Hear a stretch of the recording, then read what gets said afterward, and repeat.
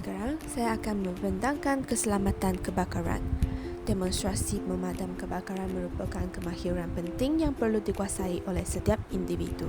Dalam pembentangan ini, kita akan membincangkan punca kebakaran, jenis alat pemadam, cara menggunakannya serta tindakan kecemasan yang betul. Punca-punca kebakaran. Yang pertama, dapur terlupa dijaga. Memasak tanpa pengawasan menyebabkan minyak terlampau panas dan boleh meletup.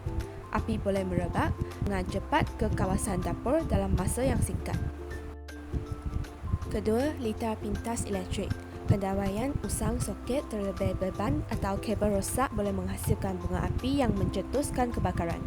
Peralatan elektrik yang ditinggalkan dalam keadaan hidup juga berisiko tinggi. Ketiga, puntung rokok tidak dipadamkan. Puntung rokok yang masih menyala jika dibuang berhampiran bahan mudah terbakar seperti kertas, kain atau sampah boleh mencetuskan kebakaran besar. 4. Lilin dan nyala api terbuka. Lilin yang ditinggalkan tanpa pengawasan berhampiran langsir, kertas atau bahan mudah terbakar lain sangat berbahaya. Angin atau pergerakan boleh menjatuhkan lilin dan mencetuskan kebakaran. 5. Cecair mudah terbakar. Petrol, tina, alkohol dan cecair mudah terbakar lain perlu disimpan jauh dari sumber haba atau api. Wap cecair ini boleh terbakar walaupun tanpa sentuhan langsung dengan api. Yang terakhir, bunga api atau mercun semasa perayaan.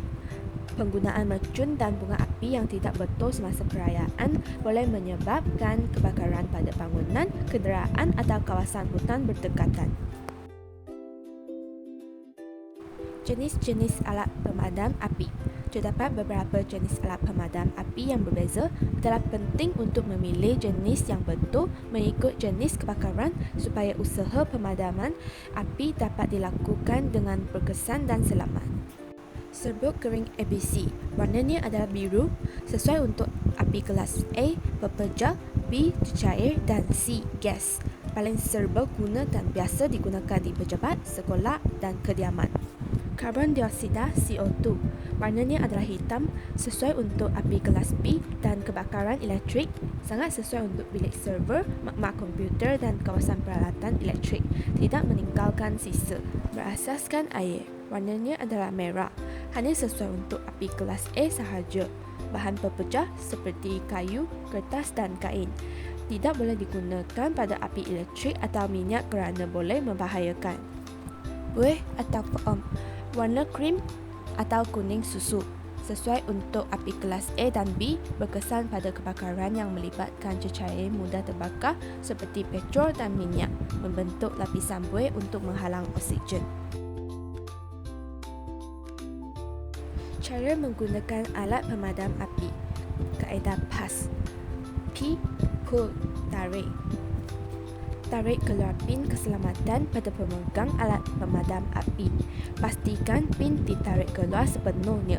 Tanpa langkah ini, alat pemadam tidak dapat diaktifkan. A. M. Sasarkan. Arahkan hos atau muncung alat pemadam ke arah dasar api, bukan ke puncak nyalaan. Menyasar dasar api adalah kunci kerana sumber bahan api berada di situ. S. Squeeze, tekan. Pegang pemegang dengan kuat dan tekan tuas untuk melepaskan ejen pemadam. Pastikan genggaman anda kukuh untuk memastikan aliran ejen pemadam yang berterusan dengan stabil. S. Sweep, sapu. Gerakkan hos dari kiri ke kanan secara perlahan dan berterusan sehingga api benar-benar padam.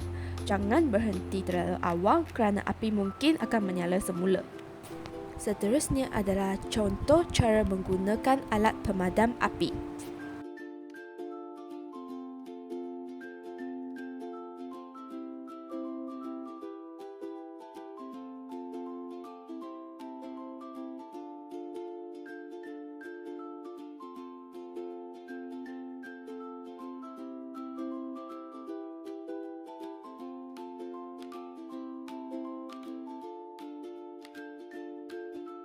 Cara menekan loceng kebakaran dan prosedur kecemasan.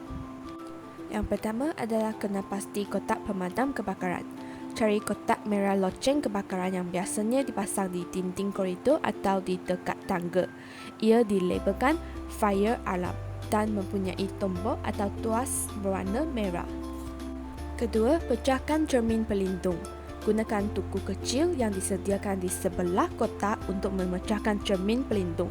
Jika tiada tuku, gunakan objek yang keras yang ada. Berhati-hati dengan serpihan kaca. Ketiga, tekan atau tarik pemacu merah.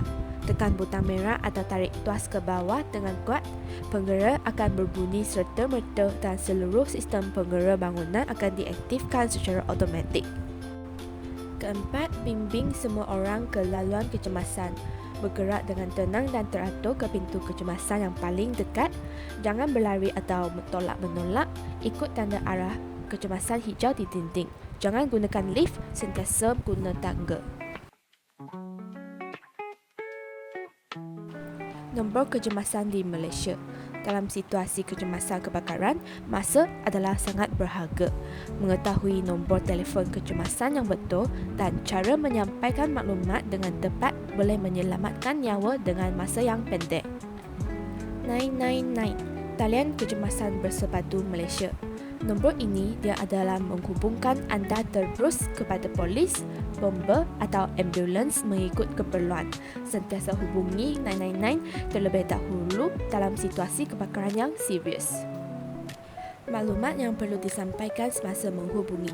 Yang pertama, lokasi tempat kebakaran. Nyatakan alamat penuh, nama bangunan, tingkat dan kawasan.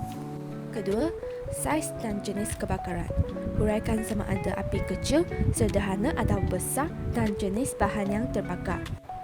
Ketiga, bilangan mangsa. Maklumkan jika ada orang yang terperangkap atau cedera supaya bantuan yang sesuai dapat dihantar. Ada api. Call 999 dulu. Pompa datang. Api sudah dipadamkan. Tingkah laku positif dan rumusan. Yang pertama, kekal tenang dan tidak panik. Kepanikan boleh menyebabkan kesilapan yang membahayakan. Tarik nafas dalam-dalam, fikirkan langkah seterusnya dan bertindak dengan teratur. Kedua, ikut prosedur keselamatan dengan betul. Latihan kebakaran bukan sekadar formaliti.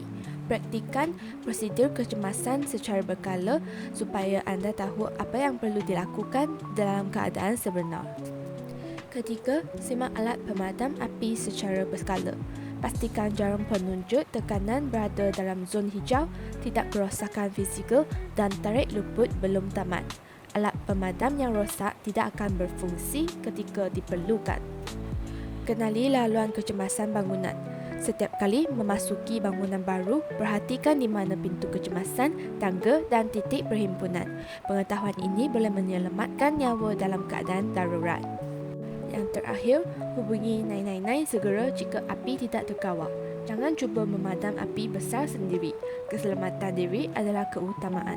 Hubungi bomba dan biarkan profesional mengendalikan situasi yang tersebut. Terima kasih kerana menonton video ini.